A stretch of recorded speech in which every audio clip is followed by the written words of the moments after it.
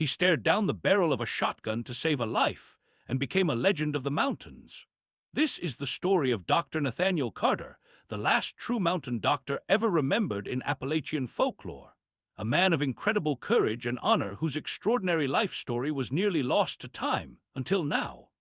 On the banks of Back Creek in Rowan County, North Carolina, Nathaniel James Carter was born into a world still smoldering from the conflict that tore America apart. The year was 1866, just 1 year after the war between the states had drawn its final, bloody breath. Yet, the wounds of the Civil War lingered long after the last bullet was fired. The southern states were scarred by ruin, industries collapsed, and Confederate money lay worthless in people's hands. Nathaniel was born into this hardship, a land where survival meant clawing and scraping with whatever strength you had. But hardship also built grit, the kind that clings to your boots and never lets go, and grit would follow Nathaniel Carter for the rest of his life. His father, Elias Carter, was a stern but faithful man for the time. He believed the most important thing he could teach his son was to live for the Lord and to help others. Elias also believed that education was the key to preparing his children for a better life. He made sure young Nathaniel went to the Presbyterian church every Sunday. In this way, he planted his son's feet on solid ground. It turned out to be a wise decision because from an early age Nathaniel showed signs of a sharp mind. He devoured every book he could find on engineering, philosophy, religion, and medicine. Medicine in those days read almost like science fiction. The profession was unregulated, full of quacks peddling snake oil as miracle cures, but Nathaniel saw through the frauds. He wasn't chasing wealth. He saw medicine as a way to serve and heal. There comes a moment in every life where a single choice sets the course forever. For Nathaniel, that moment arrived one Sunday morning in 1885 when he was 19 years old. The preacher that day, Reverend Josiah Whitfield, a man with a booming voice and piercing eyes, delivered a sermon unlike any Nathaniel had ever heard. He didn't speak of distant theology or abstract doctrine.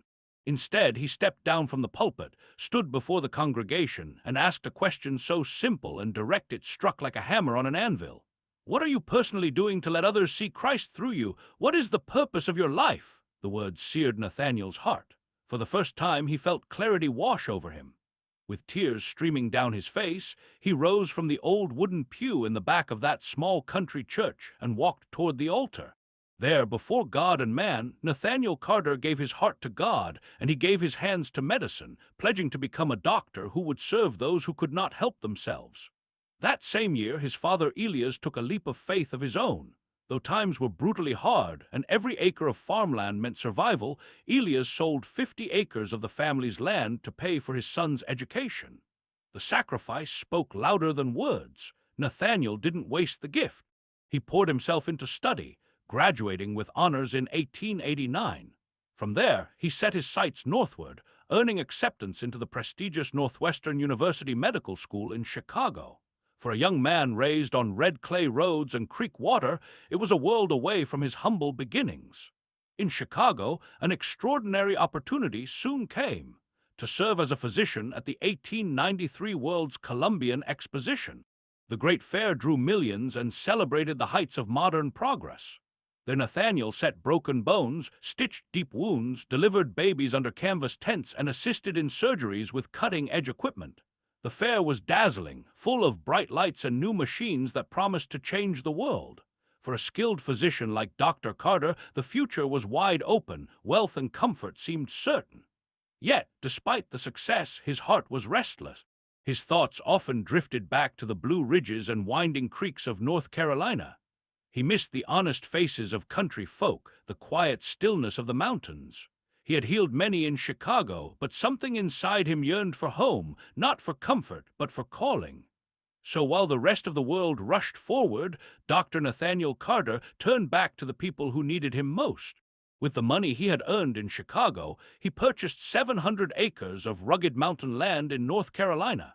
It was a selfless act. He walked away from the prospect of a lucrative career in the city, where he had driven imported steam-powered automobiles on paved streets and enjoyed every modern convenience, to move into one of the most isolated corners of Appalachia.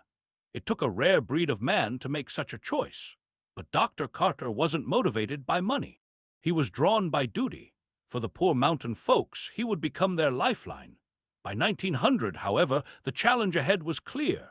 Most people in Appalachia remained deeply skeptical of modern medicine. They remembered the traveling medicine shows that drifted through towns, hawking miracle tonics one day and vanishing the next.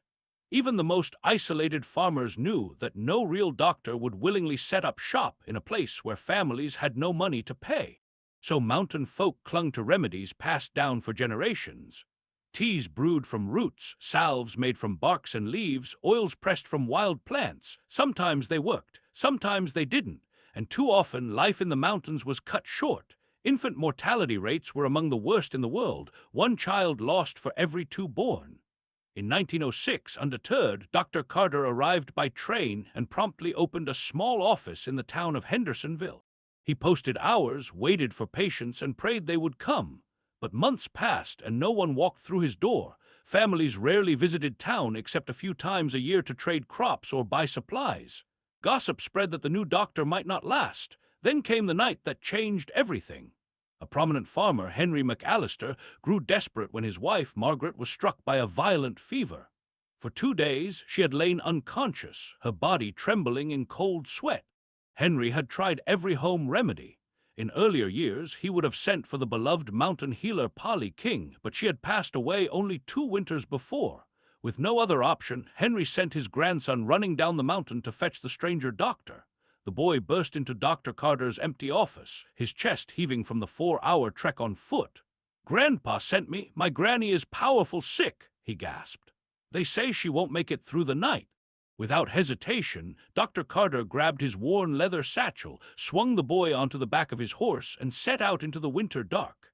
Snow fell heavy as they rode up the bluffs of Bradley Mountain, fording icy creeks and trudging through Low Gap until the trail vanished. Together they climbed the last quarter-mile on foot, the boy guiding the way by lantern. At the crest of Point Lookout, a dim glow flickered from the McAllister cabin. Hounds howled as strangers approached, but Henry rushed out to meet them. Inside, the front room was crowded with worried neighbors, summoned to prepare for Margaret's passing. Dr. Carter wasted no time. He knelt by the bedside, felt the heat radiating from her body, and pressed gently against her abdomen.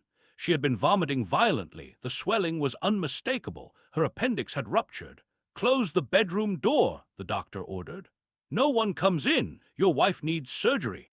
"There's no time to waste." The words struck Henry like a hammer. His eyes narrowed. He reached for the shotgun leaning by the wall, cocked both hammers, and lifted the barrel to his shoulder. "What did you say, doctor?" His voice rumbled. "Mr. McAllister, if I don't operate now, she will not survive the night." For a moment, silence filled the room but for the crackle of the fire. Then Henry's voice came low and steady. "You better not hurt her none." And so it was, under the flickering firelight, with a 12-gauge shotgun leveled at his chest, that Dr. Nathaniel Carter performed the first successful appendectomy ever recorded in Appalachia. With crude instruments, a steady hand, and unshakable faith, he saved Margaret McAllister's life. News of the miracle spread across Henderson County like wildfire. Within weeks, wagons stopped outside Dr. Carter's small office, carrying sick children, men with shattered bones, and women heavy with child. Few had money, but he never turned anyone away. For the next 65 years, he became known simply as Doc Nate, the man who would answer any call, day or night. He knew every ridge trail and every hidden cabin in the Blue Ridge. In the early days, he traveled on horseback with his mare, Dolly. As roads improved, he used a buggy and later an automobile, though he drove with such reckless speed that neighbors warned each other. "Best get out the way, Doc's coming down the mountain." But no road, storm, or hour of the night kept him away from a patient. When the car gave out, he hiked the rest on foot, lantern in hand. "Pay me if you can," he would say. "If not, that's all right, God will provide." Most of his surgeries were done on kitchen tables by lamplight. He delivered babies by fire glow, his breath fogging in the winter air. Sometimes, before leaving a recovering household, he would chop wood or plow fields for the family too weak to work. He brought roses from his own garden to women he treated and candy for every child. One family would say he delivered 13 children and 41 grandchildren, all from the same bloodline. Over his lifetime, he would deliver an astounding 6,547 babies. The last was an 8-pound, 8-ounce boy born on Doc Nate's 92nd birthday. The mountain people loved him not just as a doctor, but as kin. They trusted him beyond measure. Race, creed, or wealth never mattered. Every soul was worth his care. And when torn between two calls, he always chose the one who could not pay. By the time hospitals rose in nearby towns, Dr. Carter remained where he started, riding the hollows and ridges, the last of the old-time mountain doctors. Dr. Nathaniel Carter never stopped working for his people. Through storms, wars, and the rise of modern hospitals, he remained a constant presence in the hills of Henderson County. On the day after Christmas in 1958, at the age of 92, Doc Nate finally laid down his satchel for the last time. He passed peacefully and was buried in the soil of Hendersonville, North Carolina, the very land and people he had given his life to. His legacy wasn't defined by the letters before his name or the diplomas on his wall. It lived in the families who still told stories of him by firelight, in the children who bore his name, and in the hand-carved cribs that rocked babies he once delivered. Generations remembered the man who came in the dead of night, racing over mountain trails with nothing but faith and a lantern to guide him. They remembered the steady voice that reassured them when hope was gone, and the rough hands that healed without thought of reward. He was not just a physician, he was a neighbor, a servant, a lifeline. His story was etched not on paper, but in the muddy ruts of wagon roads, the smoke of countless cabins, and the hearts of all who knew him. To this day, folks still call him what they always did, the Mountain Doctor.